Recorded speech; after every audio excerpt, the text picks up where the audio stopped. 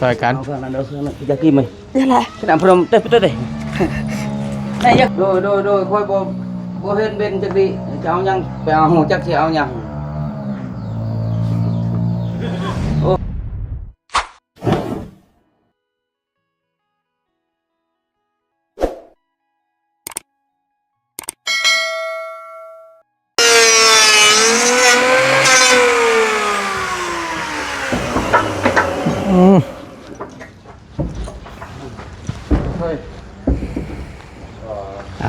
พี่น้องถือว่าได้กบบานประตูเนาะหรือว่าได้ตกแต่งเพื่อนว่าสั้นซะเตรียมจะเข้าบานประตูถือว่าเมื่อนี้ก็เป็นอีกมื้อนึงพี่น้องเลยนับมื้อนับวันคอยหลังมาอีกแล้วเนาะมอใกล้จะสำเร็จเสร็จสิ้นก่อนอื่นพี่น้องจากทักทายสบายดีและสวัสดีFCบัดทุกผู้ทุกคนเด้อพี่น้องเด้อระวังครบดู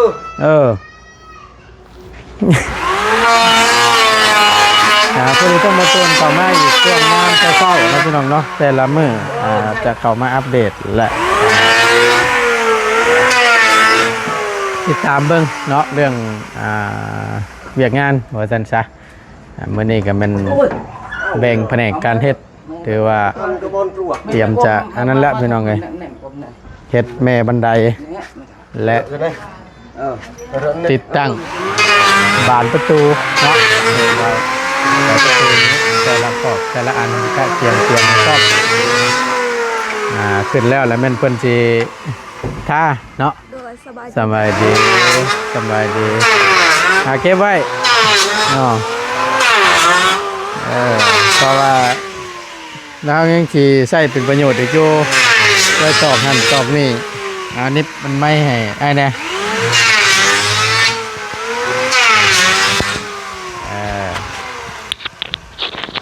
โอเคนั่นแหละเพื่อกบอยู่นะคือลงที่เรื่อยนะ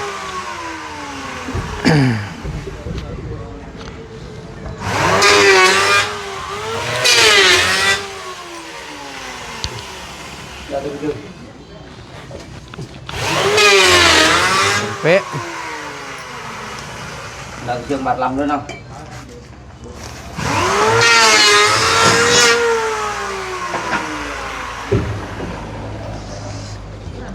ถือว่าได้มั่งออกเป็นทีเรียบร้อยแล้วเนาะเบิ่งมุมไก่ก่อนจักหน่อยนึงพี่น้องเอ้ยมันสะท้อนแสงพี่น้องเอ้ยภาพอาจจะบ่แจ้งนี่มืดๆแน่นึงเนาะสำนี้ก็คงจะ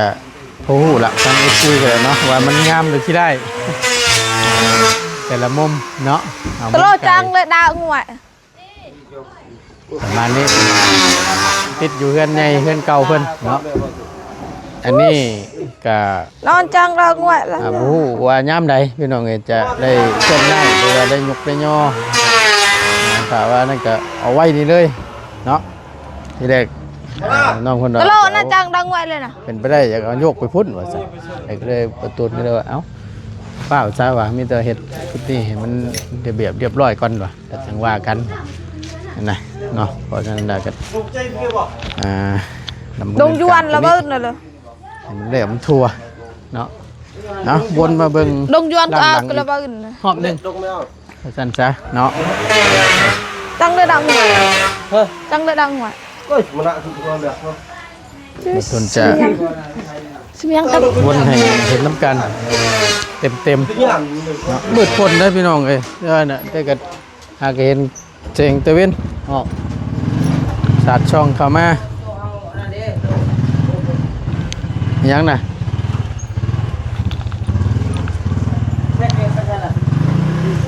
เก็บประโยชน์หลายซ้ำไงเวลาเขาก็จังไปตอกเบ็ดมันแล้วเขาก็ใส่ไหลคือเก่าเชื่อเจ๊ใช้จับนั่นบ่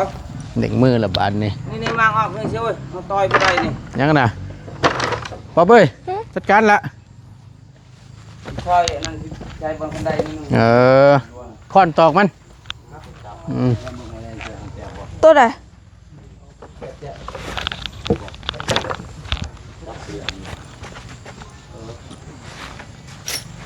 เชี่ยวเลย คือนี่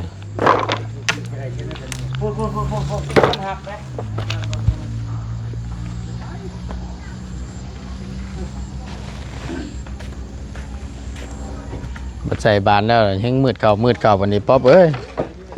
นับฟันเวลาใกล้เข้ามาทุกที่บานนี่ โดย ใกล้สิได้นอนเฮือนใหม่ละบานนี่ แม่น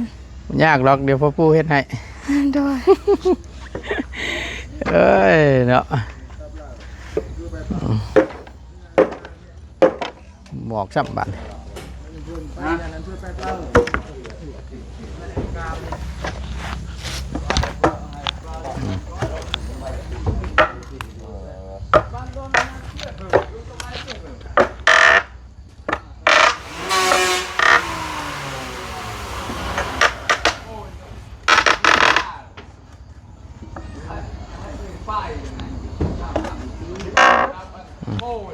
สองหลอกเฉพาะจังหวัดนั่นเนาะเฉพาะจังหวัดงัดยาก แม่น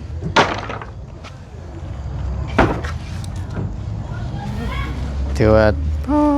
เนาะไม่ต้องเลยเศษลายเอาไว้เห็ดโต๊ะกับผู้ดีแล้วนี่ป๊อป หึ นี่เลยล้มกับทั้งตู้พ่อแล้ว โดย ล้มหรือบ่ ยัง ยังอยู่เอาตูดบอกให้เลย ให้อ้าวให้บอก โดย บอกได้ไดก็บ่ได้เอายังเที่ยวหาพ่อปู่อยู่ก็คุยนะพ่อปู่หั่นตัวสิว่าได้ไดเนาะเบิ่งก้อนมันเสร็จไหมยังเดืออยู่บ่ล่ะ นี่เส้นไม้ตรงนี้ เออ เพชรเป็น2 ชั้น สองชั้น ชั้นละแผ่น ชั้นละเพก ยัง หว้าเพิ่น หรือว่า2 แผ่นก็ได้มี เพิ่ ชั้น นเว้าเอาให้เพิ่นกบไม้ก่อนเดี๋ยว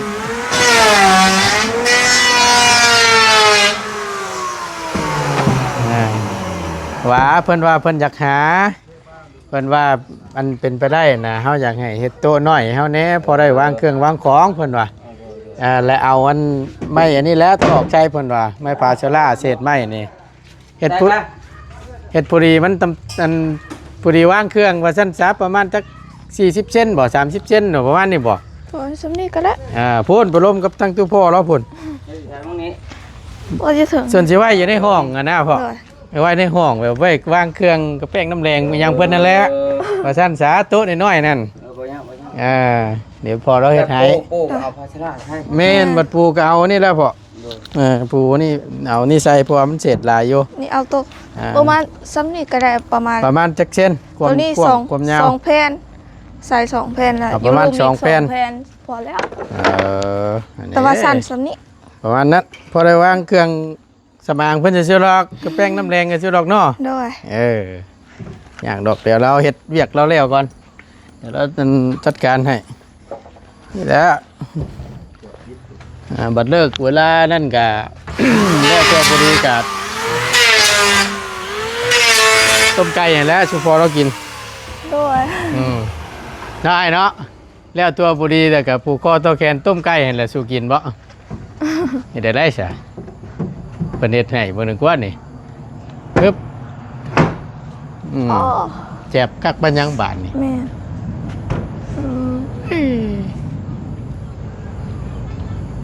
ปรับเลยไอ้ ยุโรปนี่ เพียง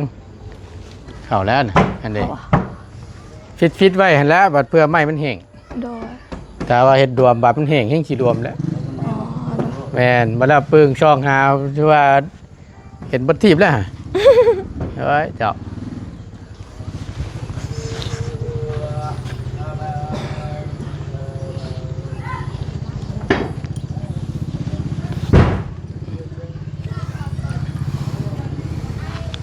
เอาไม่แต่ว่า เห็นตะปูบอกเฮาน่ะเด้อบ่ต้น ฮะ เห็นตะปูบอกเฮาน่ะเด้อ บ่บอกเลยเจ้าหาอยู่ดิ หาแต่ยัง เจ้าหาอยู่ป่ะอยากลอกมันมียังเกณฑ์แหละหาเก็บไว้กันแหละ ไว้ใช้พุ่นน่ะ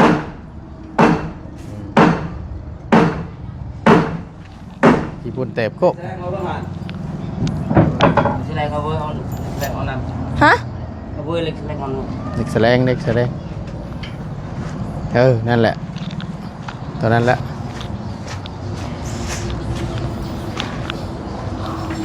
เอาแล้วทัวร์พอดีนี่ไปรับทั้งใดต่อพ่อบัดนี้ โดยยังบ่โอ้ เบิ่งก่อนเนาะอืม ยังขาเวียกมือวันพุธวัดพระ20,000 ค่าเวียก โดย ไปประชุมบ่ บ่ไปส่งนาง อ๋อ แล้วก็ลูกพอนี่เอาตัว อ๋อเออ เฮ้ยห้ามไม่ออกเลย หับแม่นละปั๊บหับน้ำตั้งตุพอแล้วเนี่ย ห้าม อ่า ห้ามกับไปช่อง ได้บ่ไปไหมพับจอยแล้วไปแขนยังบุดีอยู่ ปล่อย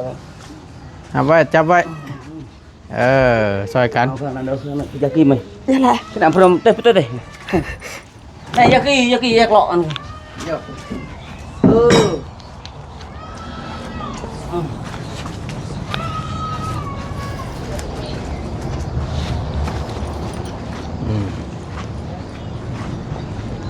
เจอ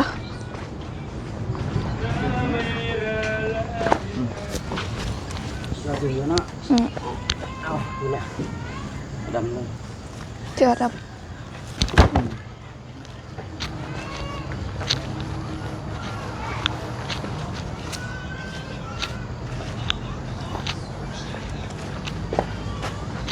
เอาตัวนี้ห้ามทุกคนแล้ว ตัวได้อยู่กว่า ใส่ก่อนยังซอยก็ได้เดี๋ยวไปซอยก่อนยังใส่ใส่ก่อนยังซอยอุ้ยใส่ก่อนยังซอยบ่ได้มัน เฮ บ่ ง เข้า เฮงยากแล้ว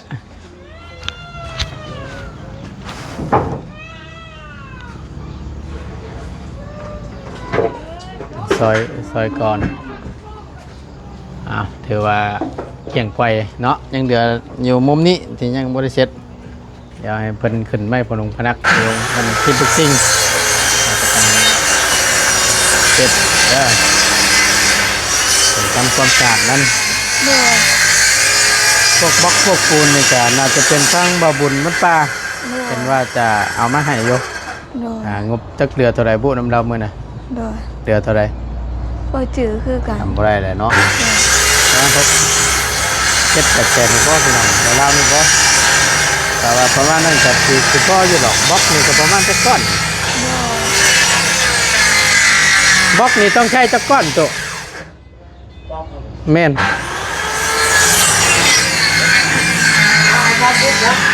ก้อนเนาะ30 ก้อนแง่ทราย เอาชายนี่นะเอาหลายก็เรือเอาน้อยก็บ่พอจักสบายเลยนะ หรือว่าเอาย่างละสองบ่พ่ออย่างใช้ดินทราย2 ศอก ใส่ช่วงสอบบ่ บ่พ่อแม่นบ่ แม่นเอาช่องเป่าเลยช่องเป่านึงเสียต่อ2หล่อวันนี้มันถึกเท่าไรอีกหล่อหนึ่งช่องหล่อมันก็กว้างเลยนะเป่า หรือว่าย่างละนั่นบ่ย่างละ3บ่เนาะสามเนาะ นั่นละชามวันนี้หินอีกหินไล่ ถ้าว่าทราย บ่ไล่ ถ้าว่าทราย3 เป่านี่หินกะทิเพราะ อาชามเป่ากันนะ ย่างละ3เนาะเพราะว่ามันมีแค่ว่าเทตัวทึกไม่ได้ซื้อหรอ แม่น หินแห่น่ะ แล้วขันมันประมาณ2 ขันเนาะหรือว่าอิงตามความสูงเนาะเพราะว่าทรายนี่เพื่อเฮาประชุมแล้วก็โบกน้ำนี่ตัวนั้นนะ นั่นแหละเพราะว่าเพิ่นเป่านึงตัวชามหล่อเอาเป่าตัวช่องหล่อเป็นชี้ โดย ชามชี้อะไรชี้หล่อหล่อหนึ่งยันได้เป่าหนึ่ง เนาะ ยาวันในนั้น โดยเอ้ามีแต่ว่า เป่า คำสั้นแล้วเอาเป็นซี่รถเนาะจะได้บอกเล่าว่านั่นไหนเพื่อรับต่อมาแล้วจะได้นั้นขอระวังการดินทรายซี่ดินเฮ โดยที่แม่มีแต่ปกมีบลายเนาะ ประมาณจัก2บ่2พอดีว่าจะ ชอบพอดี 2 สอบเนาะปูนได้เฉพาะ พุ่นแต่พอ ปูนนี่ปูนเกี่ยวสอบนึงเนาะ โดยพุ่นแดงชอบนึง ปูนแรงอาศัยเฮาตัวเทเนาะเทเทิงให้มันแห้งไว้ พุ่นแดงมีแต่คือนั่นแหละ หรือว่าสิเอาเขียวรวดเดียวได้บ่ เอาเขี้ยวเร็วๆ เนาะพอมันเดือมาเฮาก็จึงจะได้อันมาโบกน้ำนี่ โดยเอาได้ นั่นจังไงมันแห้งซ่าก็ยามัน โดย อดเอาแน่น้อยหนึงนี่แล้วยันไก่เหยียบก็ให้เพิ่นนี่แล้วเผา เยอะแนวมันแล้ว อยากได้งามแก่กี่ได้ก็เป็นเจ้าของได้เผาเด้อ จังหน่อยได้เห็นแต่ตีนไก่ เออ ฝากไว้ตีนไว้บ่ โดย เอาก็ดีแล้วเนาะได้กะเกียมเตรียมไว้พร้อมมันแหละพี่น้องเอ้ยมันจังบ่เสียเวลาทางทีมงานพอสร้างเฮาเครื่องพร้อม คนก็พร้อมแล้วก็สำบายมัน บล็อกกับประมาณสัก30ก้อน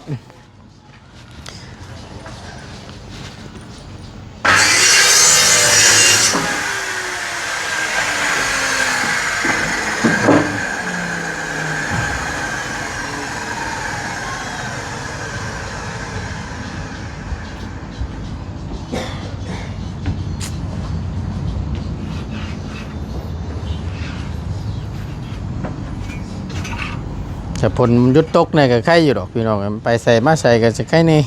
ยากเลยแท้ย่านแบบชี้อยู่ปอบเลยรถในหัวนี่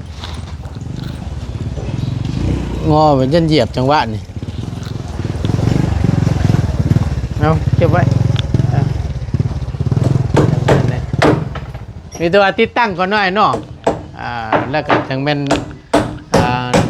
ท้าที่ล้างบาทนี่ดีก็การนั่นกะ มันขึ้นไปนี่นะ ฮะ แล้วว่าจะลงไป แม่น ทาสี อ๋อ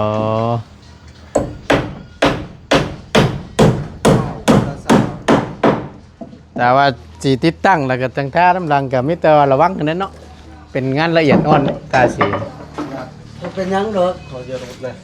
ขั้นตอนข้างเลย นั่นได้ก็ ขั้นตอนข้างเองกับพวกเพื่อน เนาะแม่นบ่โอเคจัน มอบหมายให้ทั้งกันช่างอยู่แล้วก็มันนี่แต่ว่าบ่ป๊อบจะท่าได้เด้อแต่สมมุติว่าทางพอช่างเราติดแล้วนี่บ่ได้ให้ผู้เชี่ยวชาญนี่แหละท่า โดย จันบ่ขี้ไล่นี่โทษช่างบ่ได้เด้อคำเจ้าท่าเอง ถามว่าได้บ่ก็ได้อยู่ดอกพี่น้องแต่ว่าก็ต้องระมัดระวังนั่นแหละแต่ว่าถึงเพื่อความสะดวกสบายก็แม่นนี่แหละ ถ้าก่อนจะเอาขึ้นแต่ว่าอีกมุมนี้ก็เพื่อเป็นการบ่เสียเวลาแล้วอีกมุมนี้เพื่อมันแห้งแล้วก็ติดตั้งแล้วก็ท่าแล้วก็มีแต่ว่าระวังบัดนี้ให้มันละเอียดนั่นแหละในการทาสีเนาะ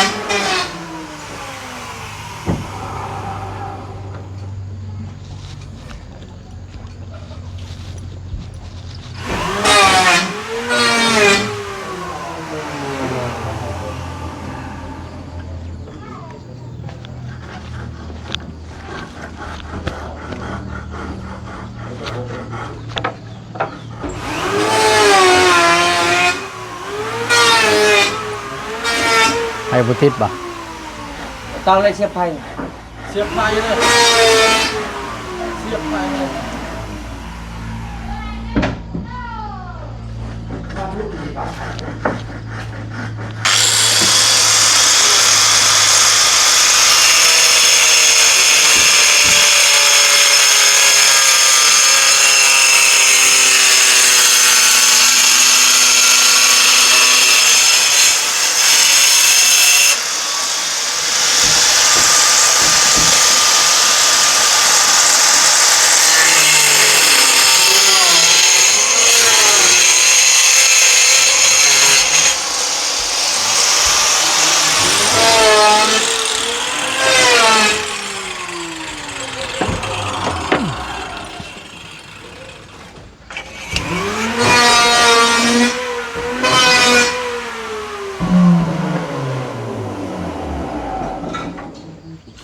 คอนพี่น้อง เตยเคยเลยไอ้เนี่ยสูบอุ้ยคุณ มีแผ่นได้มามื้อนี้ ลุงนวด ลุงหนวดก็มาแล้ว โดยของ เราไปแล้วบ่ ไปแล้ว ออกแล้วเนาะ โดย กินข้าวบ่พี่น้องเอ้ย โดย ได้ยังกินข้าวตัว คอเตนี่เตลูกคุณ หน่อไม้ คออยู่สู หน่อไม้ ขึ้นเซย ต้มหน่อไม้ โดย ไปหาหน่อไม้ หน่อไม้ตะวันนี่ หน่อไม้แต่เมื่อวานนี่ โดย ผมมือดีพี่น้องคือว่าแต่ทิวพี่เป็นเพิ่นน่ะอาหารเป็นหลักคือว่าแหละเนาะบ่หาหน่อไม้จักสิกินหยังออกอยู่บ่นี่ก่อนนี่ ออกอยู่ ออกอยู่บ่ โดย อืม น้ำมันจังไพ่พี่น้องนี่น่ะน้องนี่ก็กำลังเนาะแตกได้หลายเลยนี่นะ ลายแห้งมันบ่ นี่หน่อไม้อ่อนได้หน่อไม้นี่นะ แม่น แต่ว่าอ่าเฉพาะนี่ก็แม่นเพิ่นแหล้ว เออ ไว้เนาะเมื่อเราเก็บให้มันเก็บจูดเนี่ยเด้อให้มันแห้ง โดย เลยจังจูดตกเป็นยืนที่นี่ไปตกไปตองตรงยางที่ยืนนั่นแหละมันจะได้สะอาดเนาะไม่ได้ชื่ออย่างมาต้อนได้ไหมนี่ บ่เป็นหยัง เนาะไปรอบหน้าเนาะ โดย โอเคแต่ไฟพี่ตัวทั้งไงออกไปเรียกอีกก้อนเด้อ โดย เดี๋ยวเข้ามาใหม่เด้อ โดยก็ขอขอบคุณทางแอปปี้และทางผู้ใจใจดีที่เขามารับชมคลิปนี้เด้อแล้วก็ขอให้บอตูนเดินทางปลอดภัยขอพระเจ้าพร ตัวหมอมาแล้วพี่น้องเลยเนาะถือว่า95%ว่าซั่นซะเนาะจังหน่อยอีกนิดนึงก็สิเต็ม100แล้วบาทนี่ ยังเดือดจนบันไดนี่แหละกับลูกติงติดตั้งบานเนาะกำลังเข้าบานประตู